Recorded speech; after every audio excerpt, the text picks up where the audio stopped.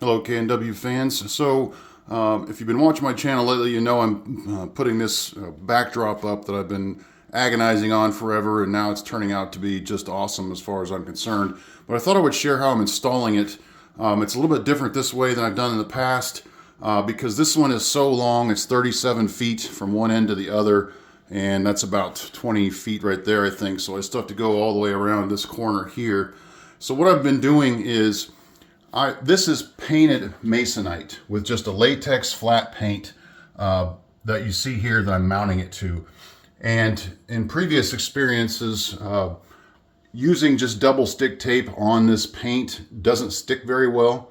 So my wife taught me a lesson from her school teacher experience that using painter's masking tape sticks to pretty much everything, and then its surface is much easier to use double stick tape on.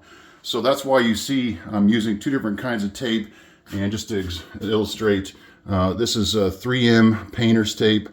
I don't think it matters what the brand is. This is just what I happen to pick up. And then for double-sided tape, I'm using Scotch double-sided tape. The key thing here is I think you want to use permanent and not removable. And this is actually what Trainjunkies recommends using. Even on their backdrops that come with adhesive on them, he still recommends you use tape because it's a lot easier to get everything set the way you want.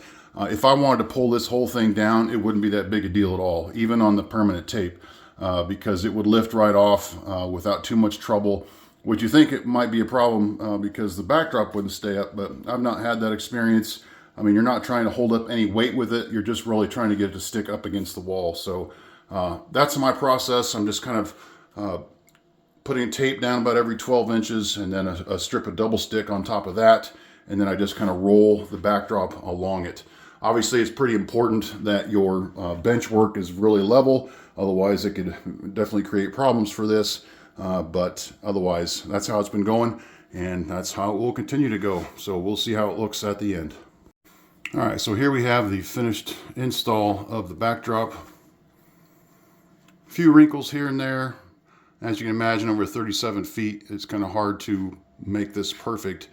But the nice thing about having a backdrop as colorful as this, and especially with clouds in the sky, it hides wrinkles really well. I have a hard time spotting it sometimes. That also actually looked like a wrinkle, but when I touched it, there's no texture to it, so it's just a very faint cloud formation. I apparently measured very accurately because this is all I had left, just about 2 inches. And I thought I ordered 6, so that was close, but just had to trim that off the end here. And then in the bottom, I kind of got a little bit skewed a little bit, I guess. So I ended up trimming about, I don't know, 1/8 of an inch to maybe a little bit more just off this curved area here, which doesn't matter because it's all going to be hidden by actual ground cover anyway. So I think if I were to go back and try this again, I might try to aim for at least 1/8 of an inch gap from the backdrop to the surface, just to make it a little bit easier. But you can see for about the most part, there's not much gap at all. So it's going to be really easy to blend this in to the foreground. So it took me probably 3 hours in total to do this with several breaks, a lot of reaching, as you can imagine. So I just kind of got a little tired, but very happy with the results, very happy with how it turned out.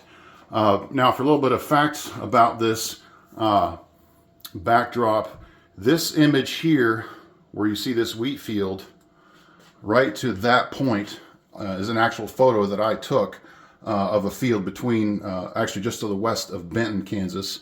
And then from this point all the way down here,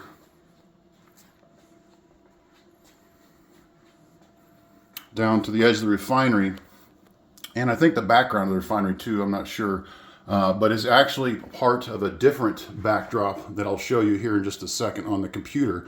And I asked him to edit it to make it look like this. The photos that I took of the area between Tijuana and El Dorado didn't turn out very well. I wasn't happy with them at all, but I found a backdrop that he offered that he was able to modify, and it turned out great because this also looks like Kansas, even though it's actually an image of California. So the refinery is his. That's something that he offers. So I just had him blend that in with this different backdrop. And so that's the sum total there. So I'm going to go to the computer real quick and show you what this image actually is on his website. So here I am on the Trainjunkies website, and the one we're talking about that I had him heavily modify is this spring pasture with all the mountains. Let's see if I can click on this and make it a little bit bigger here. Okay, so that's what it looks like. You got snow-capped mountains in the back. Definitely not Kansas. There are no mountains in Kansas. But what I did notice was the foreground. And the nice thing about the way he designed this, I'm not sure exactly how he comes up with these, but there's a nice tree line all the way along the surface, or right in the middle of the backdrop there. So it was easy, I assume it was easy for him just to cut out the mountains. And I wasn't sure he could do this. I'm not an photo editor by any stretch of the imagination, but he has done some work for me in the past with some custom work.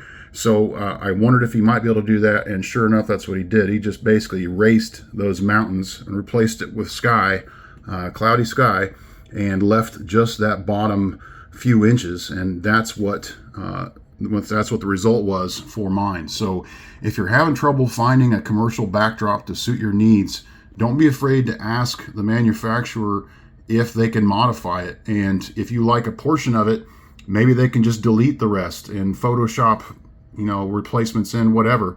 So try to have an open mind when you look at these things. They might be able to do something that you can't think of. So I guess that's about it for now for my adventure and having that big backdrop installed. Hopefully it helps others out with their own decisions, their own problems. Wasn't sure I could solve that, but it sure turned out nice. So thanks again thanks for William at Trainjunkies for being able to help me out with that. And if anybody has any questions, be sure to let me know. That's about it for now.